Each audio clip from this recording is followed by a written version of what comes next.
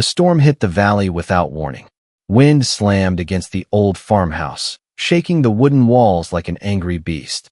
Lightning flashed across the sky, revealing long fields drowned in rain. Inside the house, Mark Ellen, a quiet human in his late 30s, sat alone by a flickering lamp. His hands were rough. His eyes were tired. He had learned to live a simple life after too many battles, both on the ground and inside his heart. His son, Leo, slept in the next room. Leo was 14, born with damaged legs that no medicine had fully healed. He moved with braces and slow steps, but he carried a gentle smile that Mark fought every day to protect. That stormy night, something strange happened. A sharp, metallic thud echoed outside. It wasn't thunder. It wasn't wind. It sounded too controlled, too heavy. Mark stood up fast, instincts kicking in. He grabbed his old flashlight, the one he used when power failed, and stepped onto the porch. Rain hit his face like cold needles. Then he saw it. A tall metal pod stood in the mud, steam rising from its sides. The ground still glowed from the heat of its landing. No ships were visible in the sky. No engines. Nothing. Just this silent capsule dropped from the clouds as if the universe had aimed it directly at him. A blinking panel lit up on its side. Delivery. Bride unit. Property of Arlen VOK. Destination error. Mark froze. He looked around the valley, but no one else was there. Just the storm, the mud, and the strange pod with its red light blinking like a heartbeat. The capsule hissed. A seam cracked open. Mark stepped back, ready to run inside and protect Leo. The steam cleared slowly, revealing a shape curled inside. Small, fragile, trembling. It wasn't a robot. It wasn't a machine. It was a girl. Her skin held a soft silver glow, as if moonlight lived beneath it.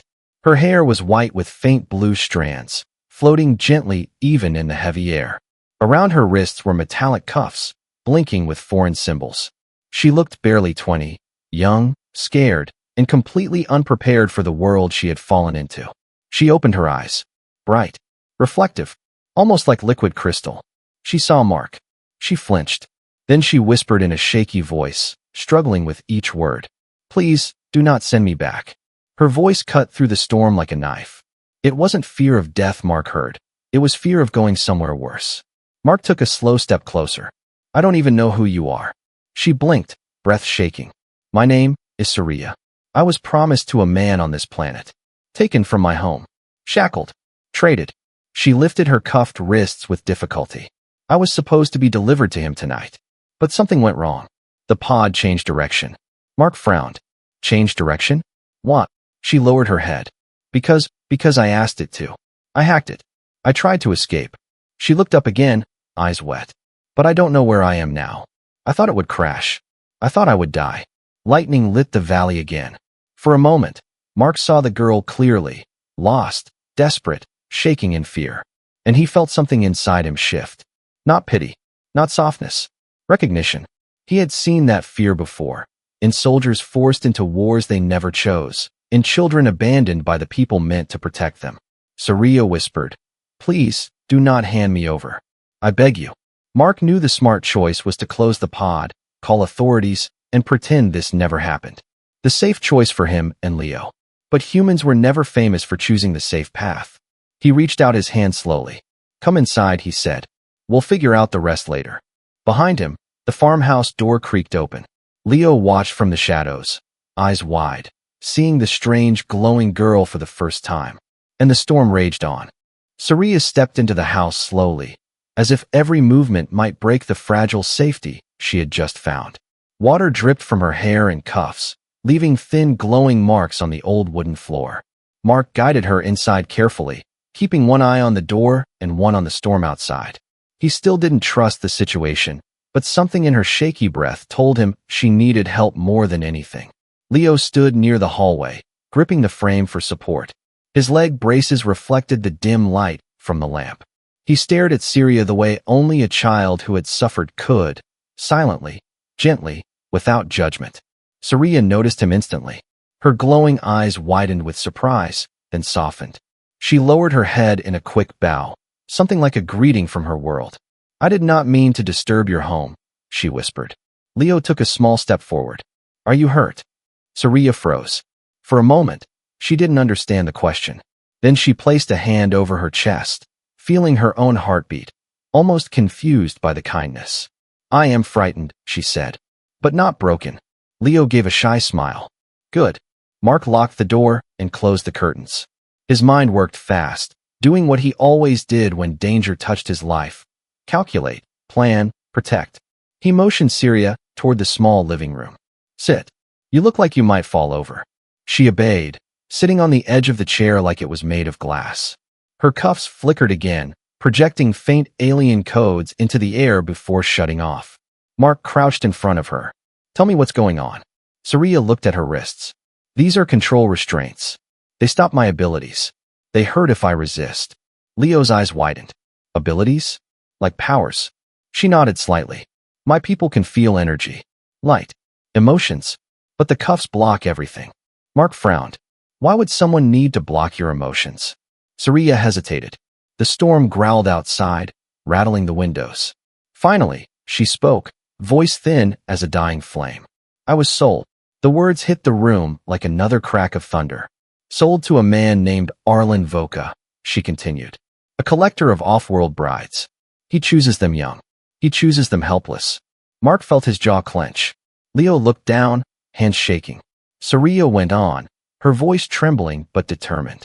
I was taken from my family without warning. My planet tries to keep peace, so they agreed to the trade to avoid conflict with Voka's clan. I was placed in the pod as a gift. I was supposed to obey. I was supposed to be quiet. She lifted her shackled wrists. But I refused. Mark let out a slow breath.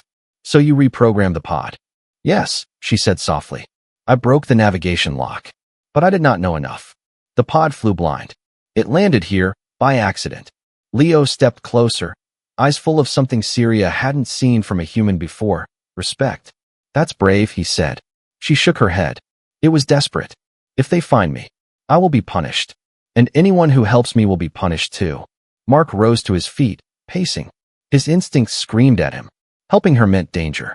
Maybe death. He had Leo to think about. A child who needed his protection more than anything. But then he looked at Syria again.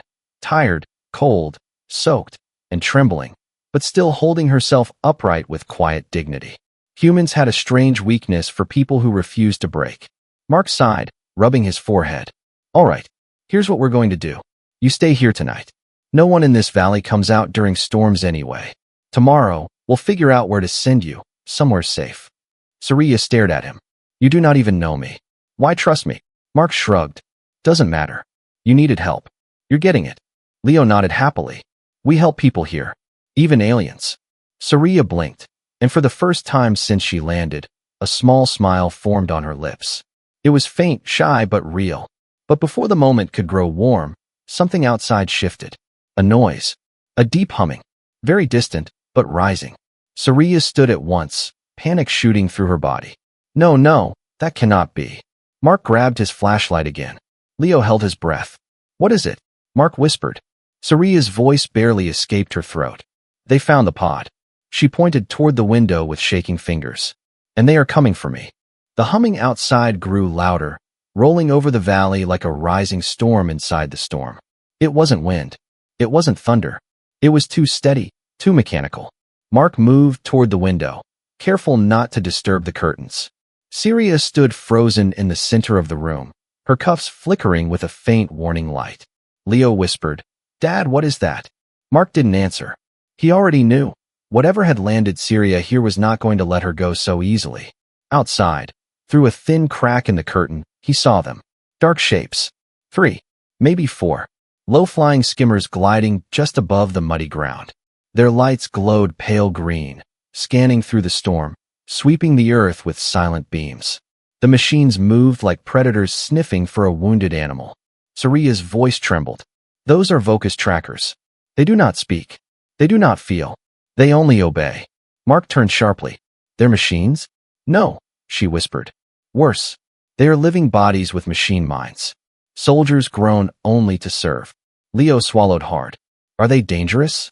Syria closed her eyes. They never leave survivors. Mark felt something heavy twist in his chest. The house, the valley, everything suddenly felt too small, too exposed. He stepped back from the window. All right, he said, forcing calm into his voice. We're not going to panic. We're going to think. But Syria shook her head. They can detect energy signatures. My pod's memory core is still outside. They will follow its trail straight here. That was when another sound echoed across the valley. A sharp metallic crack, like something collapsing under massive force. Syria gasped. They opened the pod. Mark had seconds to act. He turned to her. Can they track you through those cuffs? She shook her head. Not directly, but they can sense the energy inside me. And they will read the mud prints I left walking to your door. Leo suddenly spoke up. Then we need to hide her. Something thick. Something strong. Mark didn't hesitate. Basement. Now. The three moved quickly. Mark grabbed a lantern. Leo helped guide Syria down the narrow steps. Her glowing cuffs lit the staircase like soft moonlight. The basement was cold and quiet. Tools, crates, and old equipment filled the shadows. Mark pointed to a heavy metal storage locker against the far wall. Inside, it's lined with lead. Should block whatever they're scanning for. Syria stared at it nervously. You want me to hide in there? It's not for long, Mark assured her. Just until the search passes. Leo touched her hand gently. We'll stay close. She nodded slowly, trusting them more than she trusted the universe that brought her here. She stepped inside the storage locker and crouched carefully. Mark closed the door but didn't lock it. Her voice came through the metal, soft and frightened. I can still hear them. They are near. Mark lowered the lantern and crouched beside Leo. Stay quiet. They'll leave once they don't detect anything. Then the house shook. Not from thunder. From footsteps. Heavy, rhythmic thuds shook the porch. Something walked right up to the door. The air inside the house changed. Tighter, colder. Leo grabbed Mark's arm, eyes wide with fear. The door creaked. Mark's heart hammered. He hadn't locked the bottom bolt. He cursed under his breath. Outside, something sniffed. A wet, sharp inhale. Then another, like a beast trying to catch a scent. Syria trembled inside the locker, whispering a silent prayer in her native tongue. The porch boards groaned again. Then, bang, a hand slammed against the door. The entire house shook. Leo nearly cried out, but Mark covered his mouth gently. They waited in dead silence. The creature outside growled. Low, mechanical, almost metallic. It dragged something across the porch, scraping deep lines in the wood. Then footsteps moved away. One step. Two. Silence. Mark didn't relax. Not yet. After a long minute, he crawled up the stairs just enough to peek again through the smallest gap in the curtain. And his stomach dropped. The trackers weren't leaving. They were surrounding the house. 4 of them now, standing still in the storm, glowing eyes aimed directly at the windows. Waiting. Watching. Syria's trembling voice rose from below. They know I am inside. Syria's words hung in the basement air like a cold blade. They know I am inside. Upstairs, Mark watched the 4 trackers through the thin crack in the curtain. Rain poured over their armored bodies, sliding down their metallic skin. They stood completely still, like statues carved from night itself. Their eyes glowed with the same sickly green as the pod that delivered Syria to the wrong home. Mark shut the curtain and moved quietly back downstairs. He tried to hide the fear in his face, but Leo saw it anyway. Dad, what now? Mark knelt so he was level with his son. Leo, listen. They're surrounding the house. They're not rushing in. That means they're scanning, trying to confirm she's actually here. Syria spoke from inside the locker, voice shaking. They will not rush. They are patient hunters. They track without emotion. They wait until fear breaks you. Leo tightened his jaw. Fear won't break us. Mark gave his son a proud but brief look. This wasn't the time for speeches. Thunder exploded overhead, shaking dust from the basement ceiling. Syria flinched, hugging her glowing cuffs against her chest. She whispered something in her own language, then forced herself to speak clearly. Mark, I can surrender. They want me, not you. If they see I do not resist, they may leave your family unharmed. Leo's head snapped up. No, they'll hurt you. Syria bowed her head. That is my fate. Mark stood up straight. No, not happening. Syria swallowed. You do not understand the danger. They were bred for one purpose, to collect living property. They do not leave witnesses. They do not care who gets hurt. That's why, Mark said, stepping closer to the locker. You're not opening that door. Syria stared at him through the small vent holes, confused. Why are you risking so much for me? You owe me nothing. Mark leaned in, his voice steady and low. Because I've seen people get taken before. Soldiers, refugees, civilians. Doesn't matter what planet they come from. Every time, someone says the same thing you're saying now. Let me surrender. I didn't stop it then. Not again. Saria's breath caught, soft and fragile. Humans are different. Leo smiled faintly. Dad has a hero problem. Mark shot him a look. Not helpful. But Leo's words cracked the tension for just a moment, and Syria exhaled shakily, her fear mixing with something new, trust. Then the house shook again. Not footsteps this time. Voices. Synthesized. Flat. Unnatural. Scan, locate, retrieve. Syria froze. They are initiating Phase 2. Mark moved to the basement stairs again. Explain. Phase 2 means they are certain I am inside, she said. Now they analyze weak points. Of the house. Of the humans defending me. A bright flash lit the basement window. Leo ran to the tiny glass panel and watched beams sweep across the yard like searchlights from another world. Syria pressed her forehead against the locker door. I cannot stay here. They will tear this place apart. Mark shook his head. They won't get that chance. He grabbed a large metal toolbox and dragged it to a side of the basement where a thick steel hatch lay hidden beneath dusty crates. Leo brightened. The root cellar. Exactly, Mark said. Syria, we're moving you somewhere even they won't detect. But Syria didn't step out. She didn't even try. She whispered, if you hide me underground, they will think you are helping me escape. That will make them violent. Mark gave a humorless half-smile. Lady, they're already violent. He opened the locker. Syria stepped out carefully. Her silver-glowing skin flickered in fear. Leo helped steady her. Mark guided them toward the steel hatch. He lifted the heavy lid, revealing a narrow passage into pitch-black shadows. Go, Mark ordered. But Syria resisted. What about you? I'll buy us time. Syria grabbed his arm, desperate. Mark, no. They will kill you. They are stronger than you. Faster. They do not feel pain. Mark pulled his arm free gently. Doesn't matter. Leo tugged Syria's sleeve. When Dad says he'll protect someone, he means it. Syria's eyes shimmered, not from her glowing skin, but from something human. Something emotional. She whispered, you risk everything for a stranger. Mark shrugged. That's what humans do. Leo corrected him softly. Not all humans. Mark nodded. Just the stubborn ones. Outside, metallic claws scraped against the walls. The trackers were testing the structure. Time was up. Mark pointed into the dark tunnel again. Go. Now. Syria finally obeyed. Leo helped her descend the steps into the root cellar. Her cuffs glowed softly, lighting the tunnel like a thin silver lantern. As the hatch closed, she looked up at Mark one last time, the man who should have handed her over, but instead stood between her and an army. He whispered through the crack, stay alive. For your family. And for mine. Then he shut the hatch. And upstairs, the trackers began to break down the door. The door upstairs gave its final warning groan before it cracked straight down the middle. Splinters rained across the living room as the trackers forced their way in. Their bodies glowed faint green, dripping rainwater and mud. Their heads were smooth and helmet-shaped, with no mouths, no eyes, only a single glowing lens in the center of each face. Inside the basement, Syria froze at the sound. Leo held her hand tightly in the darkness of the root cellar. Mark was still above them, between her and those monsters. A loud metallic voice vibrated through the house. Target confirmed. Human obstruction detected. Leo's breath hitched. Syria covered her mouth, shaking. Above them, Mark grabbed the old shotgun he kept by the stairs, not meant for alien machines, but he needed something. Anything. His palms were sweaty, but his stance was steady. He whispered to himself, just buy time. Just hold them off. That's all. Footsteps, heavy, deliberate, echoed through the house. One tracker moved toward the basement door.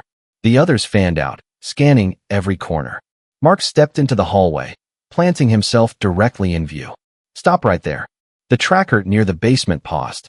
Another turned toward Mark, scanning him from head to toe. Its cold voice answered.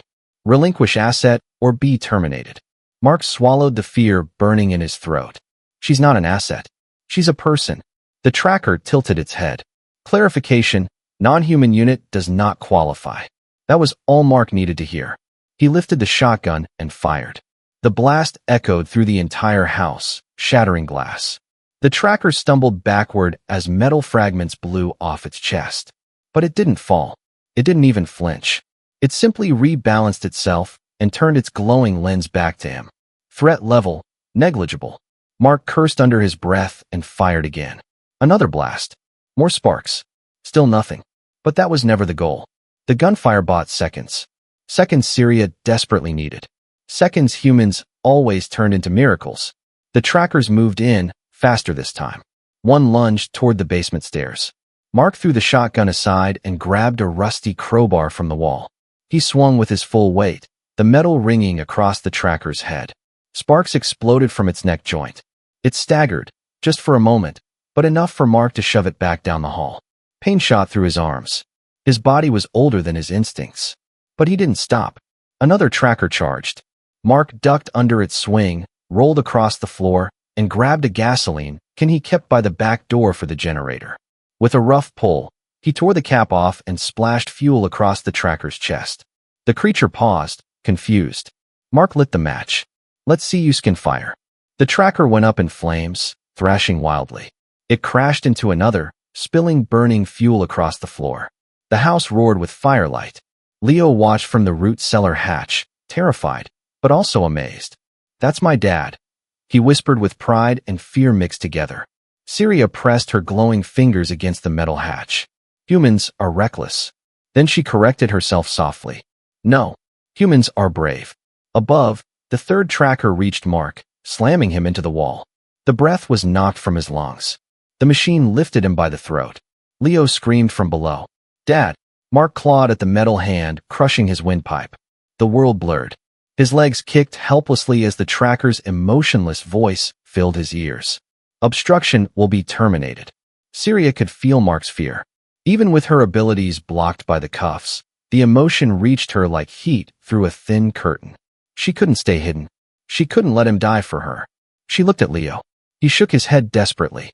No, you can't go up there. Dad told you to stay. Tears formed in her eyes. If I do nothing, your father dies because of me.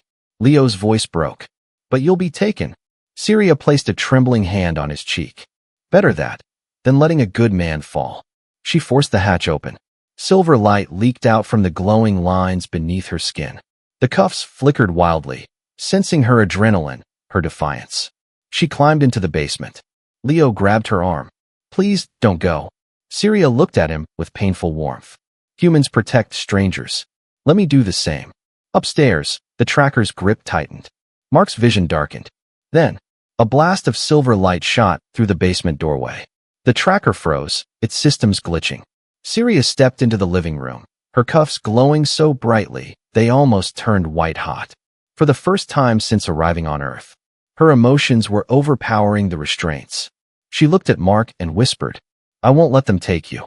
She raised her hands, and the entire house trembled. The silver light bursting from Syria's skin filled the entire room, turning every shadow sharp and dancing. The tracker choking Mark convulsed, its metal chest flickering with corrupted code. It released its grip just enough for Mark to collapse to the floor, gasping for air. Leo watched from the basement stairs, eyes wide with fear and awe. His dad lay on the floor. Syria stood in front of him like a living star. The remaining trackers recalibrated instantly. Power surge detected. Non-human unit activating illegal energy. Neutralize immediately. They moved toward her in perfect sync, smooth, fast, merciless. Syria stepped forward anyway. Her cuffs pulsed violently, as if trying to contain a storm too big for their restraints. Sparks flew from the metal rings. Tiny cracks formed across their surfaces, glowing brighter with each heartbeat. She whispered, I cannot break them, but maybe I don't need to. She spread her hands. A wave of silver energy rippled through the air. It wasn't strong enough to throw the trackers back, but it was strong enough to reveal something Mark had never seen before. The trackers hesitated. Just half a second. Just long enough for a human to try something crazy. Mark struggled to his feet, coughing hard, leaning on the wall. His ribs screamed with pain, but he didn't stop. He grabbed a heavy iron pipe near the fireplace, thicker than his wrist, older than the house itself. He shouted hoarsely, HFY? Over here. Two trackers turned toward him instantly. Syria panicked. Mark. No, but the machines charged him before she could react. Mark didn't run. He swung. The iron pipe connected with a tracker's leg joint, the weakest point he could think of. The pipe bent, but the joint buckled. The machine collapsed sideways. Leo gasped. He actually broke it. The second tracker lunged at Mark, but Syria lifted her glowing hand and released a pulse of soft energy. Not enough to blast it away, but enough to slow it down, just for a heartbeat. Mark dodged under its strike and smashed the pipe into the back of its knee. Sparks burst out. The tracker stumbled, recalibrating. Syria shouted, "Mark, fall back. They will adapt to your attacks." Mark smirked through the pain. "Then I'll have to be unpredictable." The house shook again, not from the trackers, but from Syria. Her body was glowing brighter, the silver spreading across her skin like liquid starlight. The cuffs struggled to contain her rising energy. She pushed both hands outward. The nearest tracker staggered back, its lens flickering. But Syria cried out in pain. The cuffs sparked violently, sending tiny arcs of lightning up her arms. She fell to her knees. Leo ran to her, ignoring the danger. "Syria, are you okay?" She shook her head. "I cannot control it. The more I use my power, the more the cuffs punish me." Mark grabbed Leo and pulled him back just in time as one of the damaged trackers lunged again. It aimed its clawed hand at Syria's chest. Target priority, recapture. Syria didn't move. She couldn't. Pain locked her in place. Mark didn't think. He acted. He threw himself between Syria and the tracker. The claw slammed into his shoulder. Leo screamed, "Dad!" Mark stumbled, barely staying upright. Blood ran down his arm. His face twisted in agony, but his stance didn't break. He glared at the tracker, a wounded, exhausted human staring down a perfect killing machine. He didn't flinch. "Get away from her," he growled. For a moment, the machine scanned him, as if confused by his defiance. Then it lifted its arm for another strike. Syria looked up, and something inside her snapped. Not from fear, from fury. The silver glow in her skin surged, flooding every line of her body. Her eyes turned from soft moonlight to blazing white. The cuffs let out a final desperate spark, then shattered. Like broken stars, pieces of glowing metal shot across the room, melting into the floor. Syria rose to her feet slowly, her aura expanding like a quiet explosion. The tracker froze mid-strike. Syria spoke in a voice no longer trembling. "Touch him again, and I will end you." The trackers recalculated. They stepped back. Even machines understood power. Leo whispered, voice shaking with awe. "She broke the cuffs, she broke them." Syria extended her hand. Silver light wrapped around the tracker pinning Mark. The machine lifted off the ground, twisting helplessly in the air, metal bending under invisible pressure. Then, she slammed it into the wall so hard the boards cracked. The other two trackers tried to retreat. Syria raised her hands again, energy swirling like a storm around her fingers. But then she stopped. Her eyes softened. No, not like them. She released the energy gently instead, knocking the trackers unconscious rather than destroying them. They collapsed in a silent heap. Mark stared at her in shock, in awe, in disbelief. Syria turned. To him, light fading slowly from her skin. "You protected me," she said softly. "Now I protect you." Mark breathed heavily, blood dripping down his arm. "Yeah, but I think you did it better." Leo ran to them, hugging both at once, shaking but relieved. But the moment didn't last. Syria suddenly stiffened, eyes widening. She stared toward the broken front door, toward the dark forest beyond. Mark noticed instantly. "What is it?" Syria's voice trembled again, not in fear, but in dread. "Arlen Voka," she whispered. The storm outside fell into an eerie silence, as if the entire valley held its breath. The burning wreckage of the trackers flickered weakly. Syria stood at the shattered doorway, her silver glow fading into a calm, steady pulse beneath her skin. Mark leaned against the wall, holding his injured shoulder, breathing hard. Leo stayed close to him, terrified yet refusing to leave his father's side. Then the air shifted. A deep vibration rolled across the ground, shaking the house's broken foundation. Trees at the edge of the property bent, as if bowing to something enormous. The sky above the forest turned dark purple for one brief heartbeat. Then a massive shape descended. A ship, not like the pod, not small, not subtle. This one was a predator. Black metal, crimson lights. engines humming with power that rattled every bone in the human body. Syria whispered, "That is Arlen Voka's personal cruiser. He does not come for minor work. He comes only when he wants to punish disobedience himself." Mark grabbed Leo protectively. "What does he want with you so badly?" Syria swallowed. "Pride. Control. Ownership. He cannot let someone escape him. If he loses one bride, others will try to resist." Leo frowned. "But you're not his bride. You're a person." Syria gave him a soft, tragic smile. "To him, I am a possession." The ship landed with a heavy thud, its weight sinking into the muddy field. A ramp unfolded slowly, glowing with harsh red light. At the top, a tall figure appeared, almost human-shaped but taller, broader, wrapped in dark armor with veins of burning orange. His voice rumbled across the valley. "Scifi 11. You belong to me." Syria stiffened, fear trembling through her aura. But Mark stepped forward before she could answer. "No, she doesn't," Mark said, voice low but steady. "Not anymore." Arlen tilted his head, studying the wounded human who dared speak to him. A cruel, amused smile formed. "You are weak. Broken. Easily crushed. Why risk your life for this runaway?" Mark didn't step back. "Because she asked for help. Because she didn't deserve what you did to her." Arlen ignored him and turned his glowing eyes toward Syria. "You broke your cuffs. Disappointing. But I can still recondition you." Syria straightened, her glow rising again, not as a weapon, but as resolve. "I will never go back with you." Arlen lifted a hand, activating a device. The air around Syria trembled. Her silver glow flickered violently as invisible pressure squeezed her energies. She cried out, staggering.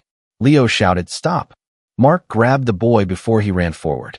"Leo, stay back." Arlen chuckled darkly. "You think your emotions matter to me? She is mine." Then something happened that even Arlen didn't expect. The energy around Syria steadied. Her shaking stopped. She lifted her head, and her glow returned, brighter, calmer, stronger. Arlen narrowed his eyes. "Impossible," Syria whispered. "I found something you do not have, something you will never understand." Her silver aura expanded, but this time it didn't attack. It shielded. It wrapped around Mark and Leo gently, warm and protective. Arlen scowled. "What did these humans give you?" Syria stepped forward slowly, energy swirling around her like a living storm. "A choice," she said. "A home. And people who see me as more than property." Arlen raised his weapon. Syria didn't flinch. She raised her hand, not to strike, but to sever the link between herself and the device that controlled her kind. A wave of silver light rolled across the field. Arlen stumbled backward, shocked. The device in his hand sparked, melted, and fell apart. Syria's voice echoed like soft thunder. "I am free." Mark stared at her, stunned. Syria had broken something far bigger than metal cuffs. She had broken the chain that bound her entire species. Arlen roared in rage and charged. But Syria was faster. She stepped forward, hands glowing, and sent a gentle pulse of light that lifted Arlen off the ground and pinned him against his own ship. She didn't hurt him. She didn't have to. She only showed him exactly how powerless he was now. "Leave this world," she said quietly, "and never return." Arlen glared at her with burning hatred, but fear trembled behind his anger. He retreated into the ship. The cruiser lifted off, roaring into the sky, vanishing into the storm clouds. Silence returned to the valley. Mark sagged with relief. Leo wiped tears from his cheeks. Syria turned to them, light fading into a soft silver shimmer over her skin. "It is done," she said gently. "I am free." Mark smiled through the pain. "What now?" Syria looked at them. The broken house, the mud-covered yard, the human child leaning on his father. She smiled softly. "If you allow it, I would stay, for a while, until I learn this world, until I repay what you gave me." Leo grinned. "You don't have to repay anything." Mark nodded. "You're safe here." Syria stepped closer, emotion glowing in her eyes. "No," she whispered. "We are safe here." And for the first time since she fell from the sky, the valley felt peaceful again.